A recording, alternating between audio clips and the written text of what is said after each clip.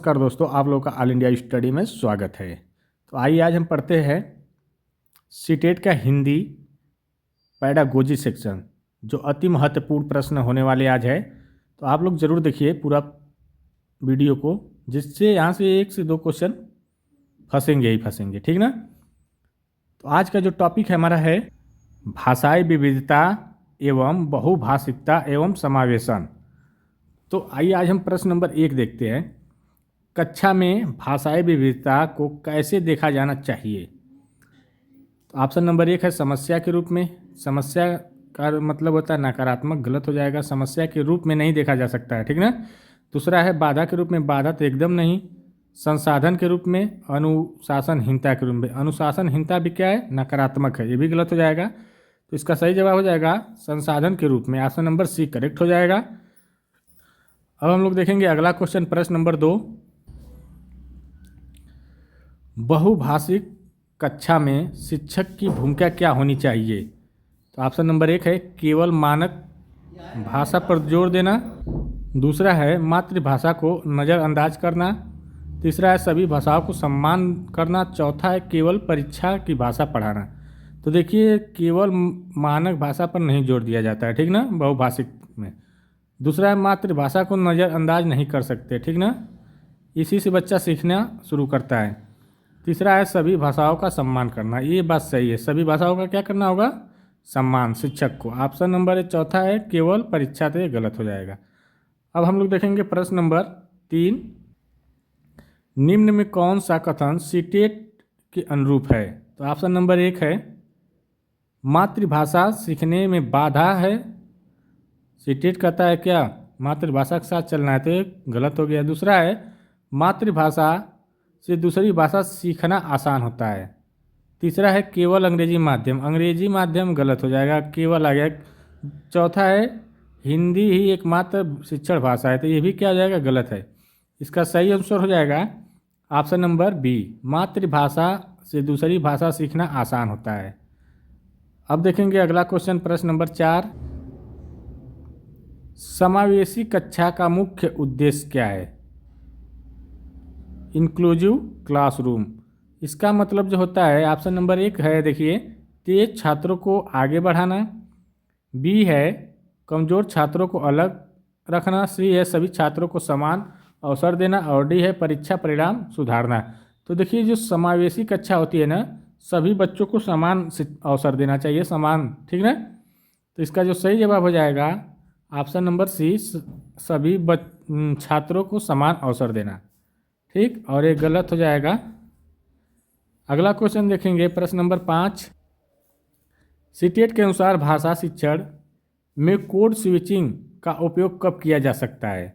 तो देखिए जो कोड स्विचिंग होता है उसका उपयोग जब हम लोग करते हैं सीखने की सहायता के रूप में, ठीक ना। तो ऑप्शन नंबर 1 देखते कभी नहीं, तो भाई गलत है, किया जाएगा जब सीखने की बात आएगी तो वहाँ करेंगे। दूसरा है केवल उच्च कक्षाओं में, ये भी नहीं। तीसरा है सीखने में सहायता के लिए, तो ये बात सही है, ठीक ना। चौथा है परीक्षा में उत्तर लिखने के लिए, ये भी गलत है। अब अगला क्वेश्चन देखेंगे, प्रश्न नंबर 6 है बहुभाषिकता से छात्रों में क्या विकसित होता है? तो देखिए ऑप्शन नंबर 1 है भ्रम नहीं होता है। दूसरा स्मृति की हानि भी नहीं होती है। संज्ञानात्मक लचीलापन। और चौथा है डी वाला अनुशासनहीनता। अनुशासनहीनता नहीं होती है, संज्ञानात्मक लचीलापन होता है, ठीक ना। अगला हम देखेंगे प्रश्न नंबर 7। निम्न में कौन सा समावेशी शिक्षण का उदाहरण है? तो ऑप्शन नंबर 1 है केवल पाठ्यपुस्तक पढ़ाना, गलत बात। दूसरा है सभी से एक जैसी अपेक्षा करना नहीं कर सकते। सभी से एक जैसी अपेक्षा नहीं कर सकते, ठीक ना। क्यों नहीं कर सकते हैं? क्योंकि कुछ बालक ऐसे हैं जो प्रतिभाशाली है, कुछ बालक कमज़ोर है, ठीक ना। तीसरा अलग अलग स्तर के अनुसार गतिविधियां करना, ये बात सही है। ऑप्शन नंबर सी करेक्ट हो जाएगा। कमज़ोर छात्र को बाहर बैठाना, ये भी गलत है, ठीक ना। अब हम देखेंगे प्रश्न नंबर 8।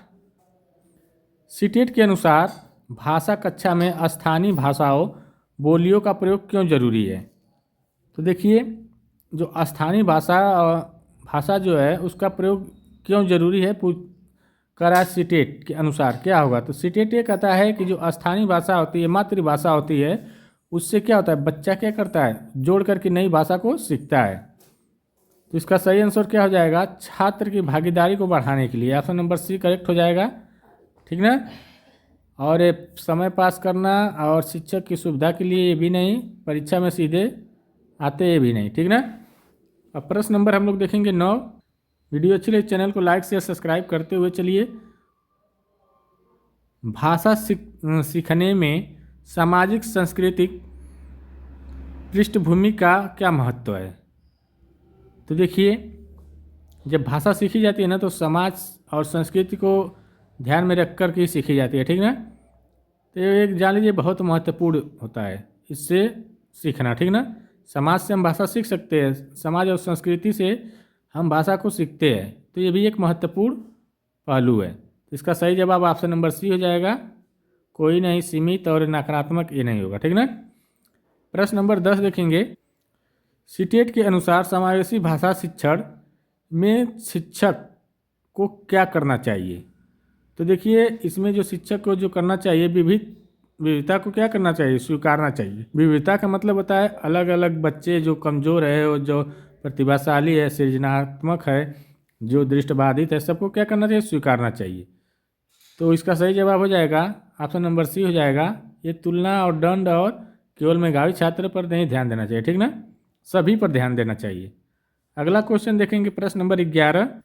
प्रश्न नंबर 11 है, बहुभाषिक कक्षा में बच्चों की मातृभाषा का प्रयोग क्यों किया जाना चाहिए।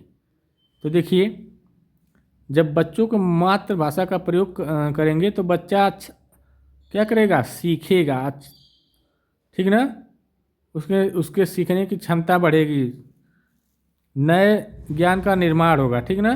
तो इसका जो सही जवाब हो जाएगा, क्योंकि इससे नए ज्ञान का निर्माण और आसान हो जाता है, ऑप्शन नंबर सी हो जाएगा। और ये पाठ्य पुस्तक लिखना और परीक्षा की भाषा और शिक्षक की सुविधा के लिए ये नहीं होगा, ठीक ना। अब प्रश्न नंबर हम लोग 12 देखेंगे। 12 सीटेट के अनुसार निम्न में से कौन सा कथन सही है। तो देखिए, एक भाषा जानना ही पर्याप्त है, भाई गलत है। सीटेट कहता है सिर्फ एक ही भाषा पर नहीं जोर देता है, बहुभाषिक पर जोर देता है, ठीक ना। दूसरा है बहुभाषिकता भ्रम पैदा करती है, भाई गलत, वो तो जोर देता है ना सीटेट। तीसरा है बहुभाषिकता संज्ञानात्मक विकास को बढ़ाती है, ये बात सही है, ठीक ना। और ये रुक जाती है, ये गलत है। अगला क्वेश्चन देखेंगे, प्रश्न नंबर 13। समावेशी कक्षा में शिक्षक को सबसे पहले क्या करना चाहिए। तो देखिए, जो समावेशी कक्षा होती है उसमें शिक्षक को सबसे पहले बच्चे की पृष्ठभूमि की में जो भाषा बोली जाती है उसको जानना चाहिए, उसकी मातृभाषा क्या है उसको जानना चाहिए, ठीक ना, क्योंकि उसी से जोड़ करके हम नई भाषा को सीखेंगे। तो इसका जो सही आंसर हो जाएगा ऑप्शन नंबर बी हो जाएगा, बच्चों की भाषाई पृष्ठभूमि जानना और पाठ्यक्रम पर पूरा करना और केवल पाठ्य पुस्तक पर निर्भर रहना और अनुशासन बनाए रखना, ये नकारात्मक होगा, ठीक ना। अब प्रश्न नंबर हम लोग देखेंगे 14। भाषा शिक्षण में कोड मिक्सिंग का अर्थ, सही अर्थ क्या है, ठीक ना। ऑप्शन नंबर 1 है दो भाषाओं को अलग अलग पढ़ाना, नहीं, कोड मिक्सिंग का मतलब होता है दो भाषाओं को एक ही में जोड़ करके पढ़ाना, ठीक ना, तो ये गलत हो गया। दूसरा है एक ही वाक्य में दो भाषाओं का प्रयोग। तीसरा है केवल विदेशी भाषा का प्रयोग और गलत भाषा का प्रयोग। कह रहा है कि एक ही वाक्य में दो भाषाओं को जोड़ करके पढ़ाना, ठीक ना। अगला क्वेश्चन देखेंगे, प्रश्न नंबर 15। सीटेट के अनुसार बहुभाषिक कक्षा में मूल्यांकन कैसा होना चाहिए। तो देखिए, सीटेट कहता है ना कि जो बहुभाषिक कक्षा होता है उसका मूल्यांकन फ्लेक्सिबल होना चाहिए, लचीला होना चाहिए, ठीक ना। तो इसका जो सही आंसर क्या हो जाएगा, लचीला और विविध, ऑप्शन नंबर सी हो जाएगा। केवल आ गया तो ये पहले ही नकारात्मक हो गया, कठोर जो होता है ये भी नकारात्मक होता है, ठीक ना। प्रश्न नंबर 16 हम लोग देखेंगे। 16 है समावेशी शिक्षा का मुख्य सिद्धांत क्या है। तो जो देखिए, इसका जो सिद्धांत मेन होता है सभी को समान अवसर देना, ठीक ना, सभी बच्चों को क्या करना है, समान अवसर देना है। तो इसका सही जवाब हो जाएगा सी हो जाएगा। अब प्रश्न नंबर हम लोग 17 देखेंगे। निम्न में कौन सा समावेशी भाषा शिक्षण का उदाहरण है। तो ऑप्शन नंबर 1 है कमज़ोर छात्रों को अलग बैठाना। भाई समावेशी कक्षा तो में ऐसा नहीं होता है, समावेशी शिक्षा क्या कहती है कि सभी को समान अवसर देना, ठीक ना, दूसरा है केवल मानक भाषा का प्रयोग, ये भी नहीं। तीसरा है समूह कार्य में विविधता का उपयोग, ये बात सही है, ठीक ना। केवल तेज, ये भी नहीं, ठीक ना। अब अगला क्वेश्चन हम लोग देखेंगे प्रश्न नंबर 18। सीटेट के अनुसार शिक्षक को भाषाई त्रुटियों पर क्या करना चाहिए। तो देखिए सीटेट के अनुसार जो शिक्षक होते हैं उसको भाषाई त्रुटियों पर सबसे पहले सीखने का अवसर देना चाहिए, ठीक ना। बच्चे को क्या करना चाहिए, सीखने का अवसर देना चाहिए, सीखने का रूप का बताना चाहिए, ठीक ना। ये दंड देना और अनदेखा करना और छात्र को शर्मिंदा करना ये नहीं होगा। सीखने के अवसर के रूप में लेना, ठीक ना। ऑप्शन नंबर सी करेक्ट हो जाएगा। प्रश्न नंबर 19 हम लोग देखेंगे, बहुभाषिकता का सबसे बड़ा लाभ क्या है। तो ऑप्शन नंबर ए परीक्षा में आसान प्रश्न, भाई गलत बात। दूसरा है संचार क्षमता का विस्तार, ये बात सही लग रही है। समय की बचत, ये भी कम पढ़ाई, ये भी गलत। संचार क्षमता का विकास होता है, बहुभाषिकता से क्या होता है, संज्ञानात्मक विकास होता है, ठीक ना। प्रश्न नंबर 20 है, सीटेट के अनुसार समावेशी कक्षा में शिक्षक की भाषा कैसी होनी चाहिए। तो ऑप्शन नंबर ए कठोर, भाई गलत। तकनीकी, ये गलत। आदेशात्मक, ये भी गलत। संवेदनशील और सम्मानजनक होनी चाहिए, ठीक ना। तो ऑप्शन नंबर सी हो जाएगा। अब प्रश्न नंबर हम लोग देखेंगे 21। सीटेट के अनुसार भाषा सीखने की प्रक्रिया कैसी होती है। तो देखिए जो इसमें होता है ऑप्शन नंबर 1 है केवल व्यक्तिगत, गलत। केवल मानसिक, गलत। केवल आ गया तो गलत काट दो, सीधे सीधे जो बचेगा वही सही हो जाएगा। तो क्या है, सामाजिक एवं संस्कृति, ठीक ना। ऑप्शन नंबर सी करेक्ट हो जाएगा। अब हम लोग देखेंगे प्रश्न नंबर 22। बहुभाषिक कक्षा में समूह कार्य क्यों उपयोगी है। तो देखिए ऑप्शन नंबर 1 है समय काटने के लिए, नहीं भाई। शिक्षक को आराम देने के लिए, ये भी नहीं। सहपाठी सीखने को बढ़ावा देने के लिए, ये बात सही है, ठीक ना। जब समूह कार्य करेंगे तो बच्चा क्या करेगा, आसानी से सीखेगा, एक दूसरे से बातचीत करके भाषा को क्या करेगा, सीखेगा। केवल तेज छात्रों के लिए नहीं, ये भी गलत, ठीक ना। अगला क्वेश्चन देखेंगे प्रश्न नंबर 23। निम्न में कौन सा समावेशी भाषा शिक्षण का सिद्धांत है। तो ऑप्शन नंबर 1 सभी से एक सा प्रदर्शन का अपेक्षा करना, ये बात गलत है। अपेक्षा ये कि सभी से एक जैसा प्रदर्शन नहीं कर सकते, क्योंकि कोई शिक्षक कोई छात्र जो होता है कमज़ोर होता है, कोई छात्र प्रतिभाशाली होता है। दूसरा है विविध आवश्यकताओं को स्वीकार करना, ये बात सही है, ठीक ना। विविध आवश्यकताओं को स्वीकार करना। तीसरा है केवल पाठ्य पुस्तक आधारित शिक्षण, ये भी गलत। परीक्षा केंद्रित शिक्षण, ये भी गलत, ठीक ना। अब देखेंगे प्रश्न नंबर 24। भाषा कक्षा में बच्चों की बोलियों का प्रयोग क्यों किया जाना चाहिए। तो देखिए ऑप्शन नंबर 1 परीक्षा में सीधे आते हैं, जरूरी नहीं है कि ये सीधे आते हैं। दूसरा है समय की बचत होती है, ये भी गलत। समय की बचत की बात नहीं होती भाषा शिक्षण में, ठीक है, बोलियों में। तीसरा है आत्मविश्वास और भागीदारी बढ़ती है, ये बात सही है। आत्मविश्वास और भागीदारी क्या होती है, बच्चों की बढ़ती है। चौथा है शिक्षक की सुविधा होती है, ये भी गलत, ठीक ना। अब देखेंगे हम लोग प्रश्न नंबर 25। सीटेट के अनुसार बहुभाषिकता का भाषा विकास पर क्या प्रभाव पड़ता है। तो देखिए बहुभाषिकता का मतलब होता है एक सकारात्मक और संज्ञानात्मक प्रभाव पड़ता है। तो देखिए ऑप्शन नंबर 1 नकारात्मक थे तो गलत हो गया, कोई प्रभाव नहीं, गलत। सी है सकारात्मक, ये बात सही लगे, ठीक ना। और भ्रम उत्पन्न करना ये नहीं होगा। अब प्रश्न नंबर हम लोग देखेंगे 26। देखिए वीडियो अच्छी लगे चैनल को लाइक कर दीजिए, शेयर कर दीजिए, सब्सक्राइब भी कर लीजिए। आगे हम देखते हैं प्रश्न नंबर 26 क्या है। समावेशी कक्षा में मूल्यांकन का उद्देश्य क्या होना चाहिए। तो ऑप्शन नंबर 1 है छात्रों को स्वीकृत करना। दूसरा है कमज़ोर छात्रों को हटाना, भाई ये तो गलत एकदम है। तीसरा है छात्रों की सहायता करना। चौथा है केवल अंक देना, ये भी गलत है। बचा 2 छात्रों को वर्गीकृत करना, तो वर्गीकृत नहीं कर सकते छात्र को, ठीक ना, समावेशी कक्षा में। तो ऑप्शन नंबर सी बच गया, सीखने में सहायता करना, ऑप्शन नंबर सी हो जाएगा। अब हम देखेंगे प्रश्न नंबर 27। भाषा शिक्षण में सांस्कृतिक संदर्भों का उपयोग क्यों जरूरी है। तो देखिए ऑप्शन नंबर 1 है पाठ लंबा करने के लिए, नहीं भाई, पाठ लंबा करने से थोड़ी ना। सांस्कृतिक संदर्भ का मतलब होता है अपने संस्कृति में जुड़ने के लिए, ठीक ना। दूसरा है परीक्षा कठिन बनाने के लिए भी नहीं, अर्थपूर्ण अधिगम के लिए, ये बात सही है। और समय बिताने के लिए भी नहीं, ठीक ना। अगला क्वेश्चन हम लोग देखेंगे प्रश्न नंबर 28। सीटेट के अनुसार समावेशी भाषा कक्षा में शिक्षक को क्या टालना चाहिए? तो ऑप्शन नंबर ए विविध गतिविधियाँ, दूसरा है तुलना और लेबलिंग, तीसरा है समूहकार और चौथा संवाद। देखिए विविध गतिविधियाँ इसमें होना चाहिए, ठीक ना, और समूह कार्य होना चाहिए समावेशी कक्षा में, और संवाद वाद विवाद भी होना चाहिए, विवाद नहीं वाद संवाद, ठीक ना। तो इसका सही आंसर हो जाएगा तुलना और लेबलिंग, ये नहीं करना चाहिए शिक्षक को। तो इसका जो सही आंसर हो जाएगा ऑप्शन नंबर बी हो जाएगा प्रश्न के अनुसार, ठीक। अगला हम लोग देखेंगे प्रश्न नंबर 29। बहुभाषिक कक्षा में बच्चों की भाषाई पहचान का सम्मान क्यों जरूरी है? तो ऑप्शन नंबर 1 है नियम के लिए, भाई जरूरी नहीं है नियम। दूसरा है पाठ्यक्रम के लिए, ये भी गलत। तीसरा है आत्मसम्मान और सीखने के लिए, तो ये बात सही है, ठीक ना। परीक्षा में अंक के लिए भी नहीं होगा। अगला हम लोग देखेंगे प्रश्न नंबर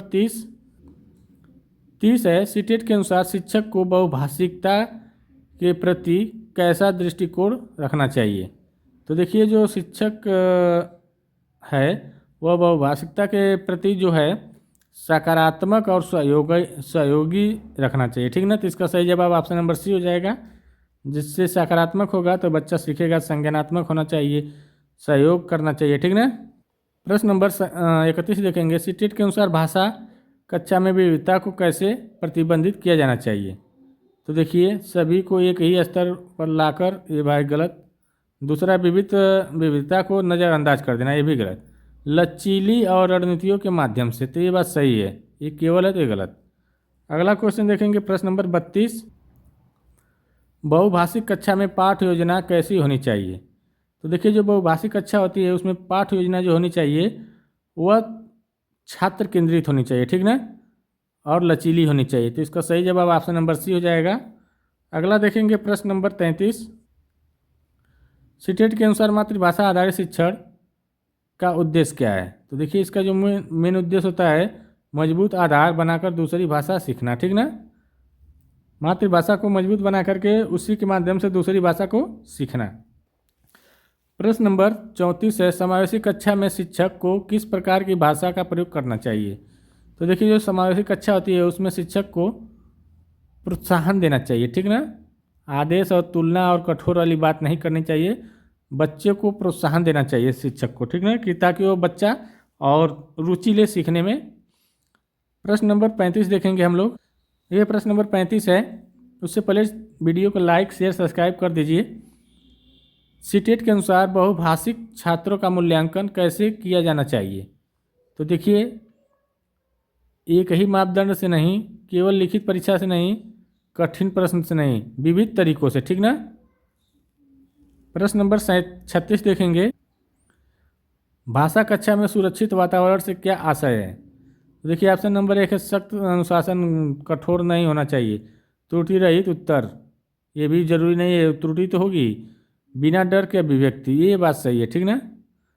बिना डर के अगर बच्चा क्या करेगा, सीखेगा फ्री होकर के, तो जल्दी सीख लेगा। प्रश्न नंबर 37 है सीटेट के अनुसार समावेशी कक्षा में शिक्षक का दृष्टिकोण कैसा होना चाहिए? तो देखिए कैसा होना चाहिए आप लोग बताइए, संवेदनशील और सहयोगी। अगला देखेंगे प्रश्न नंबर 38। बहुभाषिक कक्षा में त्रुटियों को कैसे देखा जाना चाहिए? तो देखिए जब बहुभाषिक कक्षा होती है उसमें त्रुटियों को सीखने की प्रक्रिया के रूप में देखा जाना चाहिए, ठीक ना। तो जब गलतियां होगी सीखेंगे तो गलतियां होगी, ठीक ना। प्रश्न नंबर 39 हम लोग देखेंगे। सीटेट के अनुसार भाषा शिक्षण में समावेशन का अर्थ है? तो ऑप्शन नंबर 1 है सभी को एक समान पढ़ाना, भाई गलत बात है, सभी को एक समान नहीं पढ़ा सकते, क्योंकि कोई बच्चा बहुत तेज होगा, एक समान अवसर देंगे लेकिन समान कैसे पढ़ा पाएंगे, अवसर तो देंगे समान समावेशी कक्षा में, ठीक ना। दूसरा है केवल कमजोर छात्र पर ध्यान देना, ये भी गलत, विविधता को अपना कर पढ़ाना, ठीक, ये बात सही है, ठीक ना।